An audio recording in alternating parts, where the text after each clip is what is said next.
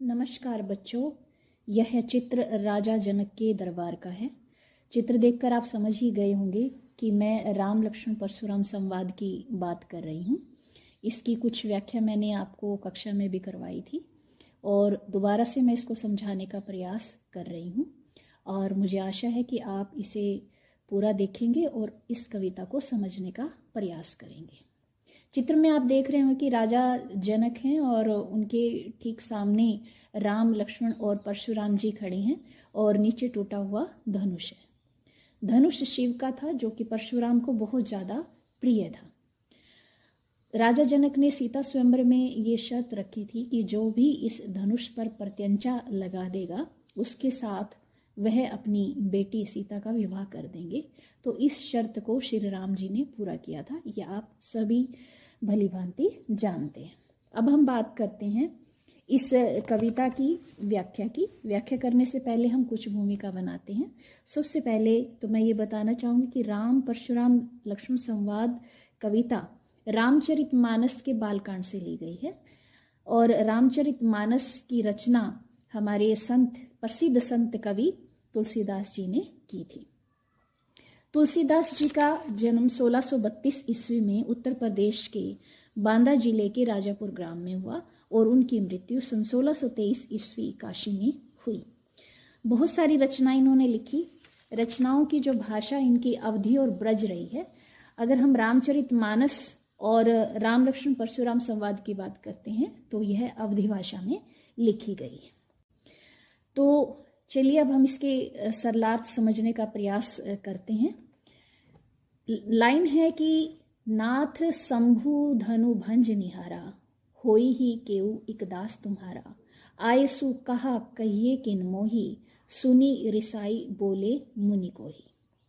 यहाँ परशुराम जी राजा जनक के दरबार में आ चुके हैं। जब उन्हें ये पता चलता है कि शिव का धनुष तोड़ दिया गया है तो उन्हें बहुत ज़्यादा गुस्सा आता है और पूरे गुस्से के साथ वो राजा जनक के दरबार में प्रस्तुत होते हैं और उस सभा में पूछते हैं कि किसने इस शिव के धनुष को तोड़ा है। तो बड़ी ही विनम्रता के साथ उसका जवाब श्री राम जी देते हैं। वो क्या कहते हैं कि नाथ शंभु धनु भंज निहारा, कि हे नाथ, जिसने भी शंभु धनु यानी शिव के धनुष को भंज निहारा तोड़ा है, होई ही केऊ एक दास तुम्हारा, वह निश्चित ही आपका कोई दास ही होगा।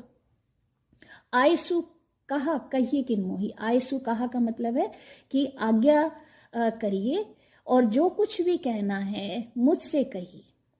सुनी रिसाई, रिसाई यानी गुस्से में। जब राम ये बात कहते हैं कि जिसने भी शिव के धनुष को तोड़ा वो तुम्हारा दास ही होगा, तो ये बात को सुनकर के रिसाई वो गुस्से में आ जाते हैं और बोले मुनि को ही, मुनि यानी परशुराम जी, को ही यानी क्रोधित होकर के बोलते हैं कि सेवकु सो जो करे सेविकाई, कि सेवक वह होता है जो सेवा धर्म का पालन करे। अरि करनी, अरि करनी का मतलब है कि अरि का मतलब दुश्मनों, उसने तो दुश्मनों वाले काम किए हैं। करिए लड़ाई, और इस शिव धनुष को तोड़कर लड़ाई यानी लड़ाई करने वाला काम किया है। सुनहु राम, सुनहु राम कि हे राम सुनो, जे ही शिव धनु तोड़ा, जिसने भी शिव के धनुष को तोड़ा है, सहस बाहु सम सो रिपु मेरा, तो वह सहस्त्र बाहु के समान मेरे लिए शत्रु जैसा है। रिपु का मतलब है यहाँ पर शत्रु। सुनहु ये लाइन हो चुकी है। सो बिलगाऊ बिहाई समाजा, इसलिए बिलगाओ, बिलगाओ यानी अलग हो जाए। बिहाई समाजा, इस समाज के अंदर यानी इस सभा में अगर वो बैठा है जिसने शिव के धनुष को तोड़ा है तो इस समाज से अर्थात इस सभा से वो अलग हो जाए। न ते मारे जाही सब राजा, नहीं तो यहाँ पर मौजूद सारे के सारे राजा मेरे द्वारा मारे जाएंगे। सुनी मुनि वचन लखन मुस्काने, और इस तरह से परशुराम के वचन सुनकर लक्ष्मण मुस्कुराने लगते हैं और बोले परशुधर ही अवमाने, और इस तरह से परशुराम जी की अवमानना करते हुए वो बोलते हैं, क्या कहते हैं कि बहु धनु ही तोरी लरिकाई, बहु यानी बहुत सारी, धनु ही यानी छोटे छोटे धनुष, तोरी तोड़ दिए हैं, लरिकाई यानी बचपन में, कि हमने बचपन में पता नहीं कितने ही ऐसे छोटे छोटे धनुष तोड़ दिए हैं। कबहू ना असी रिस की नहीं गोसाई, कहते कि कभी भी किसी ने इस प्रकार का गुस्सा हे गोसाई हमें नहीं दिखाया है। आगे कहते कि ए ही धनु पर ममता के ही हेतु, मुझे ये नहीं समझ में आता कि ए ही धनु, कि इसी धनुष पर आपकी इतनी ममता किस लिए है। फिर जब इतनी बात कहते हैं तो परशुराम जी को गुस्सा आ जाता है। सुनी रिसाई, जब वो लक्ष्मण जी के मुख से इस तरह की वाणी सुनते हैं तो रिसाई फिर से गुस्से में आ जाते हैं और कहा भृगुकुल केतु, यहाँ भृगुकुल केतु जो शब्द है वो परशुराम जी के लिए प्रयुक्त हुआ है।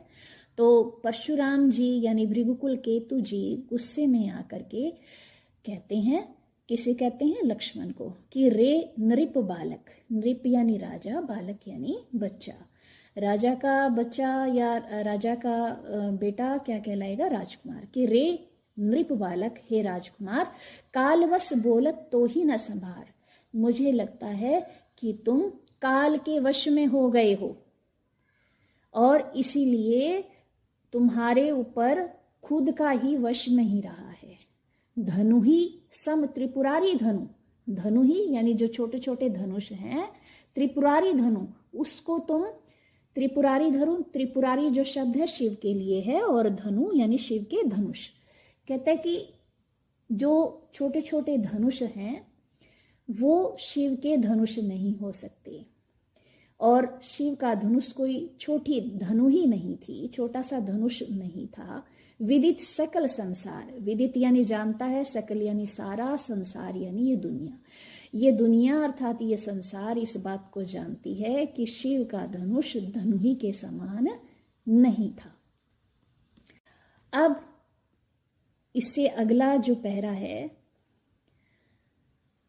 इसकी जो शुरुआत की जो पंक्तियां हैं उसमें लक्ष्मण कह रहे हैं कि लखन कहा हंसी हमरे जाना, लक्ष्मण ने कहा, हंसी यानी हंसते हुए, हमरे जाना यानी हमारे लिए, लक्ष्मण ने कहा हंसते हुए कहा कि हमारे लिए तो सुनहु देव सब धनुष समाना, सारे के सारे धनुष एक समान ही हैं।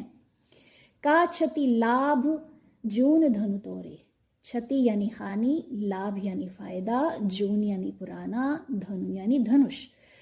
कहते हैं कि पुराने धनुष के टूट जाने से कौन सा तो लाभ हो जाता और कौन सी हानि हो जाती, यानी वो धनुष पुराना हो चुका है, उससे हमें ना ही तो कोई फायदा मिलने वाला था और ना ही कोई हानि होने वाली है क्योंकि वो जर्जर हो चुका था। देखा राम नयन के भोरे, जब इस तरह से वचन लक्ष्मण जी बोल रहे थे तो राम ने भोले भोले नयनों से उनकी तरफ देखा। छुअत टूट रघुपति ही न दोषो, फिर लक्ष्मण कहते हैं कि छुअत रघुपति ही, रघुपति यानी राम ने तो केवल उसे छुआ ही था, उसमें उनका कोई दोष नहीं है, उनके छूते वो तो टूट गया। मुनि बिनु काज करिए कतरोसो, हे मुनि अर्थात हे परशुराम जी, बिना कारण रोसु, आप किस लिए इस तरह से गुस्सा दिखा रहे हैं।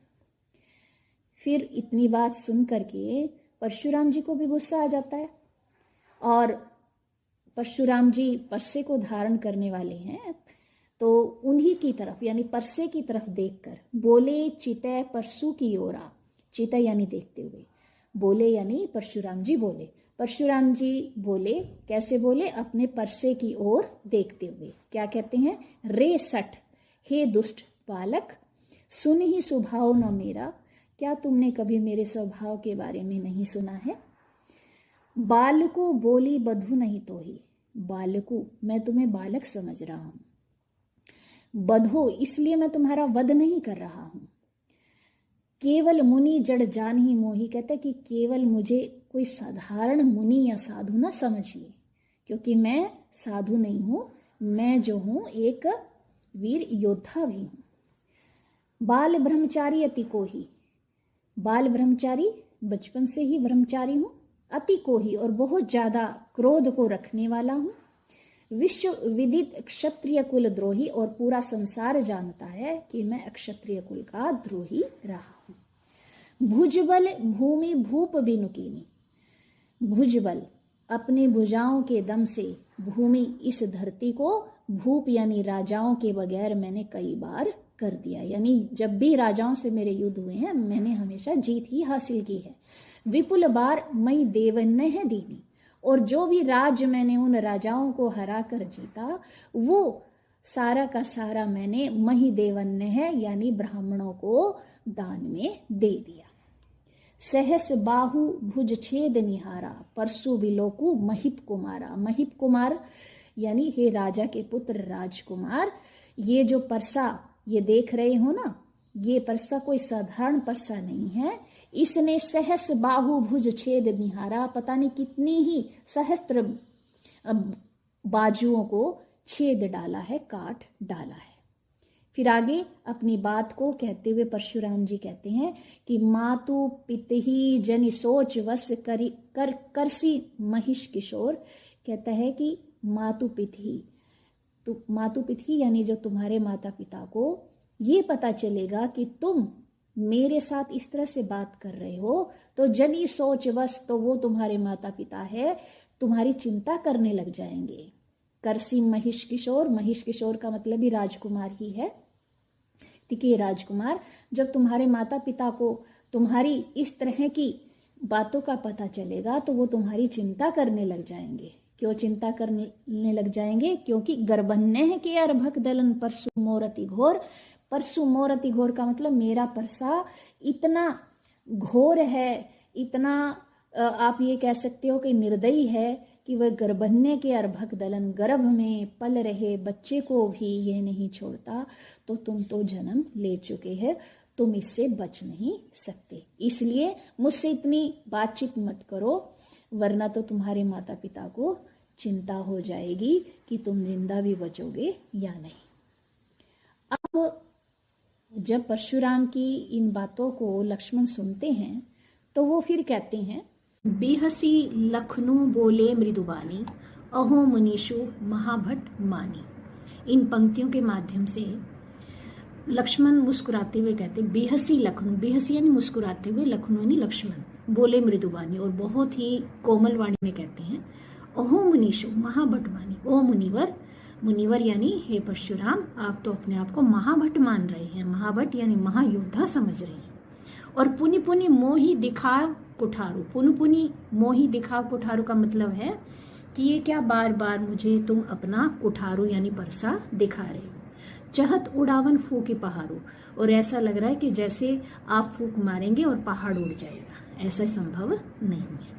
यहाँ कुम्हड़ बतिया को नहीं, इन पंक्तियों का मतलब है कि यहाँ पर कोई कमजोर व्यक्ति नहीं है। कुम्हड़बतिया यानी कमजोर। कुम्हड़बतिया एक बेल होती है जो कि उंगली दिखाने से मुरझा जाती है, मर जाती है, इसलिए जो कुम्हड़बतिया जो शब्द है वो यहाँ पर बेल के लिए प्रयुक्त न हो करके कमजोर व्यक्ति के लिए प्रयुक्त हो रहा है।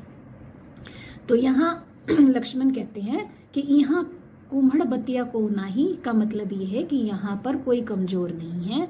जे तर्जनी देखी मरी जाही, तर्जनी यानी जो हमारी इंडेक्स फिंगर होती है, अंगूठे के पास वाली उंगली, उसको तर्जनी कहा जाता है। देखिए ये कि मैं तुम्हारी तर्जनी को देखकर डरने वाला, तुम्हारी उंगली को देखकर डरने वाला नहीं हूं, और ना ही मैं किसी कुम्हड़बतिया के समान हूं, अर्थात मैं कोई कमजोर नहीं। देखी कुठारू सरासन बाना, मैं कछु कहा सहित अभिमाना। अगर मैंने कुछ अभिमान के साथ अगर कहा है तो तुम्हारे इस परसे को और तुम्हारे सरासन यानी धनुष बाण को देखकर ही कहा है। भृगुसुत समुझी, मैं तुम्हें भृगुसुत यानी ब्राह्मण का पुत्र यानी ब्राह्मण कुल में जन्म लेने वाला ब्राह्मण ही समझ रहा हूँ। जिन्यो विलोकी, और जो कुछ भी मैं, जो कछु कहूँ सहो रिस रोकी, और जो भी मैं अपने क्रोध को रोककर जो कुछ भी कह रहा हूँ वो आपके जनेऊ को और ब्राह्मण कुल में जन्म लेने की वजह से ही अपने क्रोध को रोककर जो कुछ कह रहा हूँ कोमल वाणी में ही कह रहा हूँ। सुर महिसुर हरिजन अरुगाई, हमरे कुल इन पर न सुराई। हमरे कुल यानी हमारे कुल में, इन पर न सुराई, सुराई यानी वीरता। कहते कि निम्नलिखित लोगों पर वीरता नहीं दिखाई जाती। हमारे कुल में निम्नलिखित लोगों पर वीरता नहीं दिखाई जाती। कौन से वो लोग हैं? एक तो सुर, सूर्य यानी देवता, महिषूर यानी ब्राह्मण, हरिजन यानी हरि का भक्त, और गाय। कहते कि हमारे कुल के अंदर जो ब्राह्मण हैं, देवता हैं और हरि के भक्त हैं और गाय हैं, इनके ऊपर किसी प्रकार की कोई वीरता नहीं दिखाई जाती। क्यों नहीं दिखाई जाती? कि बंधे पापू अप कीर्तिहारी। बधे, बधे यानी अगर हम किसी देवता का, ब्राह्मण का, हरिजन और गाय का वध करते हैं तो पापू, तो पाप के भागी बनते हैं। और अपकीर्ति हारे, अपकीर्ति यानी समाज के अंदर हमारी अपकीर्ति होती है, यश की हानि होती है, इसलिए हम इन पर अपनी वीरता नहीं दिखाते। मारतहु तो परिये तुम्हारे। कहते कि हम इन्हें मारते नहीं हैं, बल्कि हम इनके पांव में ही पड़ते हैं। परिये तुम्हारे, मैं भी तुम्हारे पांव ही पड़ता हूं। कोटि कुलिस समवचनु तुम्हारा। कोटि कुलिस कहते कि करोड़ों वज्र के समान वचन तुम्हारा, तुम्हारे जो वचन हैं, जो कड़वी वाणी तुम बोल रहे हो, वो करोड़ों वज्र के समान है। व्यर्थ धरहु धनुभान कुठारा। तुमने तो बेकार में ही ये धनुष और बाण, कुठार यानी परसे को धारण कर रखा है। क्योंकि तुम्हें इन चीजों को यानी परसा, धनुष बाण को धारण करने की कोई आवश्यकता नहीं है, क्योंकि तुम्हारे वचन ही इतने कड़वे हैं जो कि करोड़ों वज्र के समान है। अर्थात तुम तो अपनी वाणी से ही दूसरे को मार दो, तो तुम्हें ये अस्त्र शस्त्र धारण करने की आवश्यकता नहीं है। ये चौपाई थी। अब इसके बाद ये दोहा है कि जो बिलो की अनुचित कहेऊ क्षमहु महामुनि धीर, सुनी सरोस भृगुवंशिनी बोले गिरा गंभीर। अब जो बिलो की अनुचित कहियो, कहते कि हे प्रभु मतलब हे परशुराम जी, अगर मैंने कुछ अनुचित वाणी अगर आपको कही है तो क्षमहु यानी क्षमा कर दे। हे महामुनि, धैर्य को धारण करे और क्षमा कर दे। सुनी सरोस भृगुवंश मणि बोले गिरा गंभीर। भृगुवंश मणि जो शब्द है और ऊपर जो भृगुसुत शब्द आया है, ये दोनों ही शब्द जो हैं वो परशुराम के लिए प्रयुक्त हुए हैं। तो सुनी सरोष यानी पूरे रोष के साथ उन्होंने लक्ष्मण की इस वाणी को सुना। किन्ने? भृगुवंश मणि ने। भृगुवंश मणि कौन है? परशुराम ने। और वाणी को सुनकर के फिर अपनी गिरा यानी अपनी वाणी को गंभीर करके वो बोलते हैं।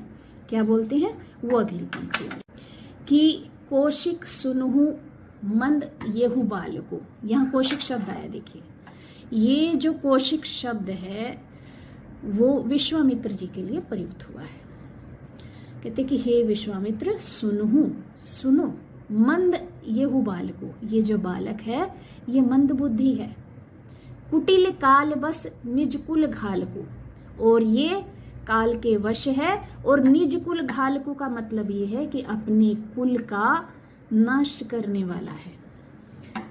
भानुवंश यानी रघुवंश पर, भानु यानी सूरज, सूर्यवंशी थे राम और लक्ष्मण, इसलिए यहाँ भानुवंश का प्रयोग हुआ कि हे भानु, कि ये जो है रघुकुल वंश के अर्थात सूर्यवंश के राकेश कल को, सूर्यवंश के लिए चंद्रमा के कलंक के समान है। चंद्रमा का कलंक यानी जब चंद्रमा पर कलंक लगता है तो ग्रहण की स्थिति बन जाती है। तो यहाँ पर परशुराम ने लक्ष्मण को ग्रहण कहा एक तरह से। कहते हैं कि ये जो है भानुवंश के ऊपर राकेश यानी चंद्रमा के समान कलंक है। निपट निरंकुशु अबुद्धु असंगु, अरे ये तो निपट निरंकुश बुद्धिहीन बालक है। काल कवलु होएहु छनमाही, कहते कि ये तो छनमाही क्षण में ही काल कवलु यानी काल का ग्रास बन जाएगा। कहो पुकारी खोरी महीनाई, अब मैं तुम्हें कहो पुकारी, पुकार करिए, बार बार कह रहा हूं कि इस बच्चे को चुप करवा लो। खोरी मोहिनाई, फिर मुझे कोई दोष मत देना। तुम हटकहु जो चहु उबारा, कही प्रतापु बल रोषु हमारा। तुम हटकहु, हे विश्वामित्र तुम इन्हें हटा दो और इन्हें ये बताओ कि कही प्रताप बल रोषु हमारा, जो मेरा प्रताप है, बल है और जो मेरा क्रोध है, इसके बारे में इस बच्चे को समझाओ और इसे हटाओ बोलने से। नहीं तो ये मेरे हाथों मारा जाएगा। लखन कहेऊ मुनि सुयश तुम्हारा। अब लखन चुप रहने वाले नहीं हैं। जब इस तरह से ये वाणी बोलते हैं परशुराम जी, तो उसके जवाब में लक्ष्मण कहते हैं लखन कहेऊ, लखन कहते हैं कि मुनि सुजसु तुम्हारा, कि हे मुनि तुम्हारा जो ये सुयश है, तुम ही अच्छे को बरने पारा, तुम ही इतने अच्छे तरीके से इसका वर्णन कर रहे हो, तो कौशिक को, कौशिक यानी विश्वामित्र को इसको वर्णन करने की क्या आवश्यकता है? तुम ही अपने आप अपने प्रताप का, अपने बल का, अपने गुस्से का इतना वर्णन कर चुके हो, बार बार वर्णन करने की इसकी आवश्यकता नहीं है। अपने मुंह तुम आप नहीं करनी, यानी अपने मुंह से तुमने अपने आप, अपने बारे में बहुत कुछ बता दिया है। बार अनेक भांति बहुवर्णी का मतलब भी यही है कि बहुत बार तुम अपने आप का, खुद का वर्णन कर चुके हो। नहीं संतोषु तब पुनि कुछ कहो, अगर इस पर भी तुम्हें कोई संतोष नहीं है तो पुनि, पुनि यानी दोबारा से बोल दो। जनी रिस रो की दुषु दुख सहु, अरे तुमने अपने गुस्से को रोक करके, अब अगर आप वर्णन करना चाहते हैं अपना, तो आप और वर्णन कर दीजिए, ठीक है ना। और दुषु दुख सहु, तो जो वर्णन नहीं हो पा रहा है उस वर्णन को दोबारा कर दीजिए। क्यों बेकार में इस तरह का दुख आप सहन कर रहे हैं? अगर आप कुछ कहना चाहते हैं तो अपने मुंह से ही वर्णन कर दीजिए। वीर व्रती तुम धीर अछोबा, गारी देत न पाहु शोभा। कहते कि तुम तो वीरता का व्रत करने वाले और धैर्यवान हो, तो तुम्हें ये बातें अछोबा, शोभा नहीं देती। गारी देत न पाहु शोभा, और ना ही तुम गाली देते हुए किसी प्रकार की शोभा पा रहे हो। आगे ये जो 2 लाइनें हैं ये बहुत इंपॉर्टेंट है, इसको आप ध्यान से सुनिएगा। कई बार जो है ये एग्जाम में आ जाती है और इससे संबंधित प्रश्न भी है कि सूर समर करनी करही। सूर, सूर यानी जो वीर लोग होते हैं, समर यानी युद्ध भूमि में, करनी करही अपना कार्य करते हैं, कहीं न जनावही आपो अपने आप का वर्णन नहीं करते।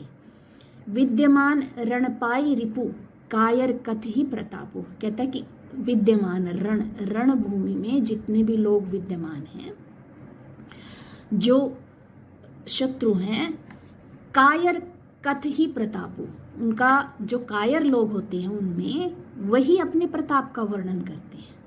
कहने का मतलब ये है कि युद्ध भूमि में बातों से काम नहीं चलता, अपना वर्णन करने से काम नहीं चलता, वहां पर तो एक वीर पुरुष की तलवारें चलती हैं, उनकी जबान नहीं चलती। जबान तो कायर लोगों की चलती है। अगली चौपाई कि तुम तो कालू हाक जनुलावा, बार बार मोही लागी बुलावा। अब लक्ष्मण चुप नहीं हो रहे हैं और वो परशुराम से कह रहे हैं, मुझे तो ये लगता है कि कालू हाक जनुलावा, कालू यानी काल देवता को तुम मेरे लिए बुला रहे हो। बार बार मोही लागी बुलाओ, यानी मोही लागी मेरे लिए ही बार बार काल देवता को बुला रहे हो। सुनत लखन के वचन कठोरा, परसु सुधारी ध्रेव कर घोरा। अब लक्ष्मण के कठोर वचनों को सुन करके परसु सुधारी, परशुराम जी परसे को फिर से सुधारने लगे और ध्रेव कर घोरा, कर यानी अपने हाथों में फिर से उसे धारण कर लिया। अब जनी देई दोषु मोहि लागू। अब परशुराम जी कह रहे हैं कि अब जनी मतलब कोई भी जन जो है अब मुझे दोष मत देना।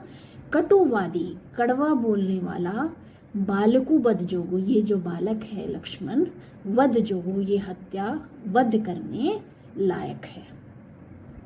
उसके बाद बाल विलोकी बहुत मैं बांचा। अभी तक बाल विलोकी यानी बच्चा समझकर मैंने इसको अभी बहुत बचाया है। अब ये हूं मर निहार भासाचा, लेकिन अब ये मर निहार मेरे सामने मरने को प्रस्तुत है। अब जब इतनी खींचातानी हो गई तो विश्वामित्र भी वहीं मौजूद हैं। परशुराम विश्वामित्र को कह रहे हैं कि कौशिक कहा क्षम्य अपराध। कौशिक यानी विश्वामित्र भी वहां खड़े हो जाते हैं और परशुराम जी से कहते हैं, कौशिक कहा का मतलब है विश्वामित्र ने कहा क्षम्य अपराधु, कि हे परशुराम जी इसके अपराध को क्षमा कर दीजिए। बाल दोष गुण गण ही न साधु। जो साधु लोग होते हैं, सज्जन पुरुष जो होते हैं, वो बाल यानी बच्चे के दोष गुण और दोष को नहीं देखते, वो उन्हें माफ कर देते हैं। खर कुठार में अकरुण को ही आगे अपराधी गुरुद्रोही। अब इस पर परशुराम जी कहते हैं कि आगे अपराधी गुरुद्रोही, कहता है कि अगर मेरे सामने गुरुद्रोही का अपराधी हो तो खर कुठार में अकरुण को ही, कहता है कि तो मेरा जो ये कुठार है, कुठार यानी जो मेरा परसा है, अकरुण हो जाता है। अकरुण यानी दया से रहित हो जाता है, को ही यानी क्रोधी हो जाता है। कहने का मतलब है कि मेरा परसा गुरुद्रोही के अपराधी को सहन नहीं कर सकता, अर्थात मैं भी उसे सहन नहीं कर सकता। उत्तर देत छोड़ू बिन मोरे केवल कौशिक सील तुम्हारे। परशुराम जी कह रहे हैं कि हे कौशिक, कौशिक यानी हे विश्वामित्र जी, केवल आपके सील स्वभाव की वजह से, अच्छे स्वभाव की वजह से इस उत्तर देने वाले बालकों को मैं अभी तक छोड़ रहा हूं। अगर आप ना होते तो मैं कब का इसको मौत के घाट उतार चुका होता। न तय यही काटी कुठार कठोरे, कहता कि नहीं तो ये जो मेरा कुठार है इसको कभी का काट चुका होता। गुर ही उरिन होते श्रम थोड़े, श्रम यानी थोड़े ही परिश्रम से मैं गुरु के ऋण से मुक्त हो जाता। अब ये बात परशुराम कह रहे हैं और परशुराम की इस बात को विश्वामित्र सुन रहे हैं। विश्वामित्र जो है मन ही मन मुस्कुरा भी रहे हैं। इसलिए मुस्कुरा रहे हैं, वो अगली दो पंक्तियों में अर्थात इस दो ही में व्यक्त हुआ है कि गाधी सुनु कह हृदय हसी। गाधी सुनु जो शब्द है वो विश्वामित्र के लिए प्रयुक्त हुआ है। गाधी सुनु कह हृदय हसी, अपने ही हृदय में हंसते हुए गाधी सुनु अर्थात विश्वामित्र कह रहे हैं, अपने हृदय को क्या कह रहे हैं कि मुनि ही हरिहरे सूझ, कि इस मुनि को अर्थात परशुराम को हरा ही हरा सूझ रहा है। हरा ही हरा सूझने का मतलब क्या है? इसका ये मतलब है कि परशुराम ने जितने भी युद्ध किए हैं उसमें सब राजाओं को हराया है, तो उनको ये लग रहा है कि जो राम और लक्ष्मण जो उसके समक्ष खड़े हैं वो भी साधारण राजा ही है, जबकि वो साधारण मनुष्य नहीं है। अगली लाइन है अयमय खांड न ऊख मई अजहू न बूझ अबूझ। अयमय, अयमय यानी जो राम और लक्ष्मण है, अयमय, अयमय का मतलब लोहे, खांड यानी तलवार, और ऊख मई, ऊख यानी ईख से बनी हुई खांड, ईख से बनी हुई खांड का मतलब है चीनी, और अयमय खांड का मतलब है लोहे की बनी हुई खांडे अर्थात लोहे की तलवारें। तो यहाँ विश्वामित्र जी राम और लक्ष्मण को अयमय खांड कह रहे हैं, अर्थात वो ये कह रहे हैं कि राम और लक्ष्मण तो लोहे की मजबूत तलवारें हैं, वो कोई ऊखमय अर्थात गन्ने की बनी हुई खांड नहीं है। यहाँ जो खांड शब्द आ रहा है ना, खांड शब्द में श्लेष अलंकार है, क्योंकि जो खांड का अर्थ एक तो तलवार निकल रहा है और एक शब्द निकल रहा है चीनी। अजहू न बूझ अबूझ, कहते हैं कि अभी तक मुझे ये नहीं समझ में आ रहा कि परशुराम जी को ये बात क्यों नहीं समझ में आ रही कि राम और लक्ष्मण जो है लोहे की खांडे हैं, वो कोई गन्ने की बनी हुई खांड नहीं जिसे मुंह में लोगे और वो पिघल जाएगी। कहने का मतलब राम और लक्ष्मण कोई साधारण राजा नहीं है, वो बहुत ही बलशाली और परमात्मा का अवतार है। ये बात मुनि को अभी तक समझ में क्यों नहीं आई। अगली पंक्तियां अर्थात अगली चौपाई जो लास्ट है, छठा स्टेंजा है इस कविता का, इसमें लिखा है कहेऊ लखन मुनिशीलु तुम्हारा को नहीं जान विदित संसारा। अब लक्ष्मण भी चुप होने वाले नहीं है।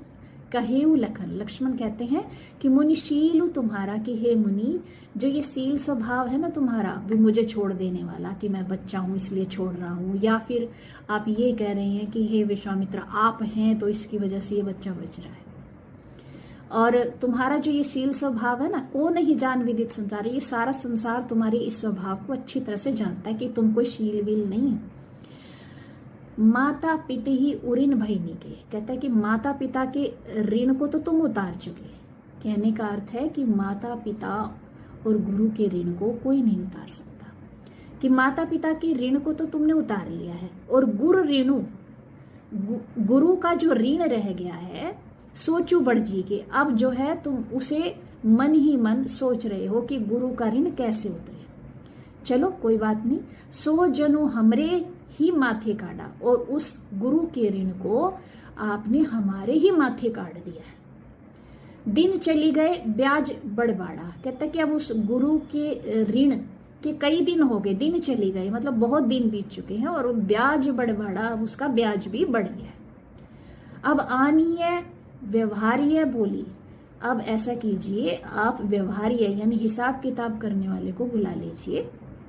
तुरंत देऊ में थैली खोली, तुरंत ही मैं थैली खोल देता हूं और आपका हिसाब चुकता कर देता हूं। इस तरह की वाणी जब लक्ष्मण बोलते हैं तो सभा भी चिंतित होती है, और उसके साथ साथ परशुराम का क्रोध भी बढ़ जाता है। सुनी कटु वचन कुठार सुधारा, और इस तरह लक्ष्मण के कटु कड़वे वचनों को सुनकर के कुठार सुधारा, फिर से परशुराम अपने परसे को सुधारने लग जाते हैं, और हाय हाय सब सभा पुकारा। तो जब वो इस तरह से करते हैं, लक्ष्मण की तरफ मारने को दौड़ते हैं, तो हाय हाय सब सभा पुकारा, सारी सभा जो है हाय हाय कहकर पुकारने लग जाती है। भृगुवर परसु दिखावहु मोही, लक्ष्मण चुप होने वाले नहीं है, वो फिर कहते कि हे भृगुवर, भृगुवर शब्द भी परशुराम के लिए प्रयुक्त हुआ है कि हे भृगुवर अर्थात हे परशुराम, ये क्या बार बार मुझे अपना परसा दिखा रहे हैं। विप्र विचारी बचो नृपद्रोही, मैं विप्र यानी ब्राह्मण, मैं तो आपको ब्राह्मण समझकर अभी तक बचा रहा हूं। हे नृपद्रोही, नृपद्रोही यानी हे परशुराम, हे राजाओं के विद्रोही या राजाओं के दुश्मन, मैं तो तुम्हें विप्र समझकर अर्थात ब्राह्मण समझकर अभी तक अपने आप को रोके हुए हूं। मिले न कबहू सुभट रंगाड़े, सुभट यानी महायोद्धा, रण यानी युद्ध भूमि। मुझे तो ये लगता है कि आपको युद्ध भूमि में कभी भी योद्धा नहीं मिले हैं। द्विज देवता घर ही के बाड़े, हे द्विज देवता अर्थात हे ब्राह्मण, हे परशुराम, आप तो घर ही में बड़े हैं, आपको तो कोई ऐसे वैसे ही राजा मिले हैं, महायोद्धाओं से अभी तक तुम्हारा सामना नहीं हुआ। जब इस तरह की वाणी लक्ष्मण बोल रहे हैं तो सभा भी कहने लग जाती है, अनुचित कही सब लोग पुकारे, सब लोग जो है लक्ष्मण को कहते हैं कि ये अनुचित है, आप इतना मत बोले। अब जब सभा भी पुकारने लगी है और राम भी वहीं मौजूद है, तो राम की अगली लाइन है कि रघुपति शयन ही लखनऊ निवारे। अब रघुपति ने अर्थात राम ने शयन ही इशारे से या संकेत से लक्ष्मण को निवारे रोका, कि अब तुम चुप हो जाओ, बहुत हो चुका है लक्ष्मण। अब अगला जो दो पंक्तियां हैं वो दोहा है, इससे ऊपर की चौपाई थी। चौपाई की ये विशेषता है कि हर एक में इसकी 16-16 मात्राएं होती हैं, और दोहे में पहले और तीसरे चरण में 13 मात्राएं और दूसरे और चौथे चरण में 11 मात्राएं, यानी हर एक लाइन में 24 मात्राएं होती है टोटल। अब लखन उत्तर आहुति सरिस, भृगुवर कोपु कृशान। लखन उत्तर, लखन यानी लक्ष्मण के जो उत्तर हैं, जवाब है, वो आहुति के समान, आहुति सरिस, सरिस शब्द आ गया तो इसमें उपमा अलंकार है। लखन उत्तर आहुति सरिस, लक्ष्मण के उत्तर जो है आहुति के समान है। और भृगुवर कोपु कृशानु, जो भृगुवर कोपु यानी परशुराम के गुस्से को कृशानु भड़काने वाले हैं। बढ़त देखी जल सम वचन बोले रघुकुल भानु, रघुकुल भानु शब्द राम के लिए है। जब उन्होंने देखा कि परशुराम का क्रोध बहुत ज्यादा भड़क चुका है, तो बढ़त देखी यानी उनके क्रोध को बढ़ते हुए देख करके जल के समान, जल सम का मतलब जल के समान ठंडक प्रदान करने वाले वचन श्री राम जी कहते हैं। यहाँ पर ये कविता समाप्त हो जाती है। इसमें देखिए 2-3 बातें आई हैं। 2-3 बातें क्या आई हैं कि राम का जो स्वभाव है वो एक शीतल जल के समान है, उनकी वाणी में उग्र भाव नहीं है, विनम्रता का भाव है। वो अपनी विनम्रता की वजह से और इतने ठंडे या शीतल वाणी की वजह से भड़के हुए क्रोध का सामना आसानी से कर लेते हैं और क्रोध को शांत करते हैं। जबकि लक्ष्मण की जो वाणी है वो उग्र स्वभाव की है और ठीक उसी तरह परशुराम की वाणी भी उग्र स्वभाव की है। तो इस तरह से ये राम लक्ष्मण परशुराम संवाद की कविता यहाँ समाप्त हो जाती है। उसके बाद अभ्यास के प्रश्न है। उम्मीद है कि आपको ये कविता समझ में आ गई होगी।